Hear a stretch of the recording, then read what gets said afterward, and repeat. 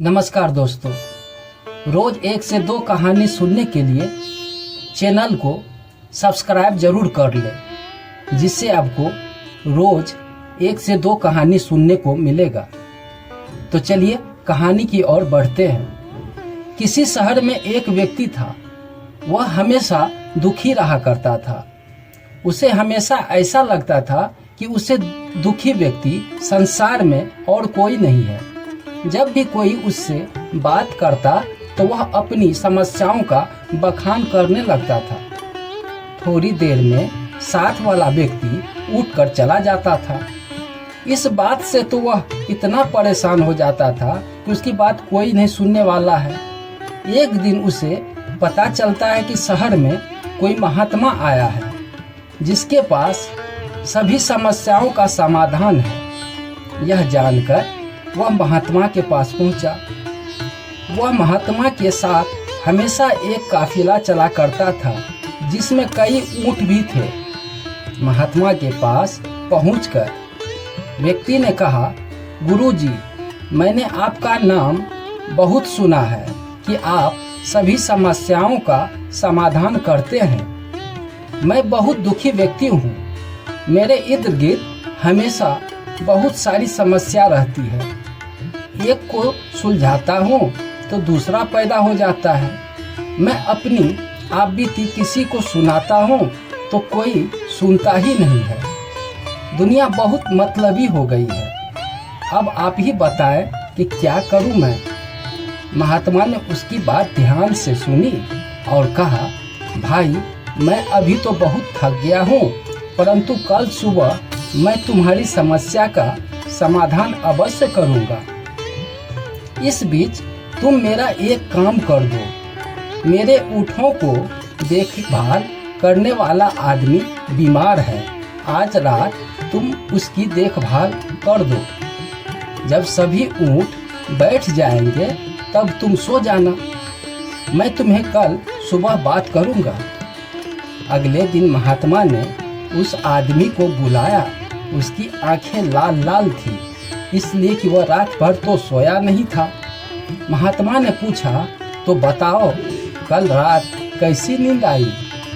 व्यक्ति बोला, गुरुजी, मैं तो रात भर सोया ही नहीं। आपने कहा था कि जब तक सभी ऊँट बैठ जाए तब सो जाना, पर ऐसा हुआ नहीं। कोशिश करने के एक ऊँट को बैठाता तो दूसरा उठ जाता। सारे ऊँट बैठा ही नहीं, इसलिए मैं रात भर सो नहीं सका। महात्मा जी ने मुस्कुराते हुए कहा कि मैं जानता हूँ कि इतने ऊँट एक साथ कभी नहीं बैठ सकता, फिर भी मैंने तुम्हें ऐसा करने को कहा। यह सुनकर व्यक्ति क्रोधित होकर बोला, महात्मा जी, मैं आपसे हल मांगने आया था, पर आपने भी मुझे परेशान कर दिया। महात्मा बोले, नहीं भाई, दरअसल यह तुम्हारे समस्या का समाधान है। संसार के किसी भी व्यक्ति की समस्या इन ऊँटों की तरह है। एक खत्म होती है तो दूसरी खड़ी हो जाती है। अंततः सभी समस्याओं के खत्म होने का इंतजार करोगे तो कभी भी चैन से नहीं जी पाओगे। समस्या तो जीवन का ही अंग है। इसे महसूस करते हुए जीवन का आनंद लो। जीवन में सहज रहने का यही एक उपाय है। दुनिया के किसी भी व्यक्ति को तुम्हारी समस्या सुनने में कोई दिलचस्पी नहीं है, क्योंकि उनकी भी समस्या है।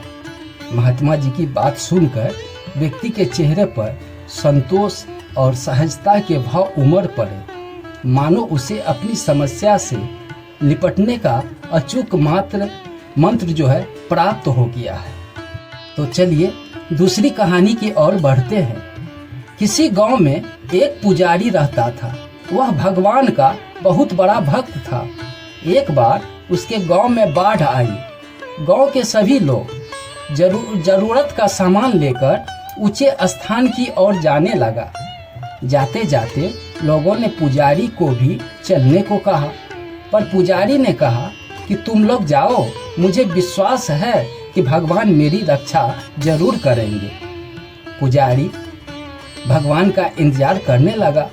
तभी एक जीप पुजारी के सामने आकर रुका।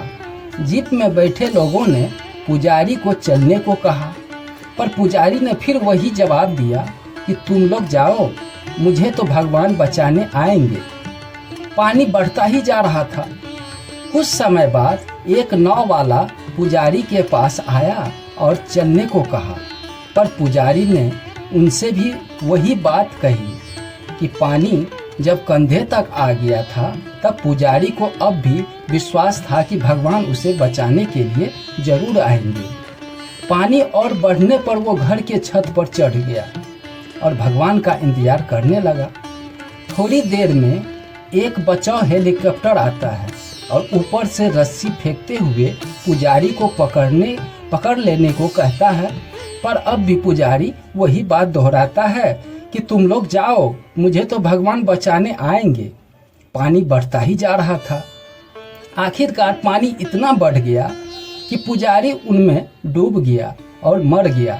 मरने के बाद जब वो भगवान के पास पहुंचा तो भगवान पर चिल्लाते हुए उसने कहा कि मैं आपका बड़ा भक्त हूँ, मुझे पूरा विश्वास था कि आप बचाने आएंगे। मैं इंतजार करता रहा पर आप नहीं आए, क्यों भगवान? भगवान ने कहा, मैं तो 3 बार तुम्हें बचाने की कोशिश की पर तुम खुद ही बचना नहीं चाहते थे। पहली बार मैंने तुम्हारे लिए जीप भेजा, तुम नहीं आए। दूसरी बार मैंने तुम्हारे लिए नाव भेजा, तुम नहीं आए। तीसरी बार मैंने तुम्हारे लिए हेलीकॉप्टर भेजा, फिर भी तुम नहीं आए। मैं तो तुम्हें पूरे विश्वास को नहीं तोड़ना चाहता था, बल्कि तुमने खुद ही मेरे विश्वास को तोड़ डाला। दोस्तों, कहानी पसंद आई हो तो एक लाइक, सब्सक्राइब और शेयर जरूर कर दे। धन्यवाद।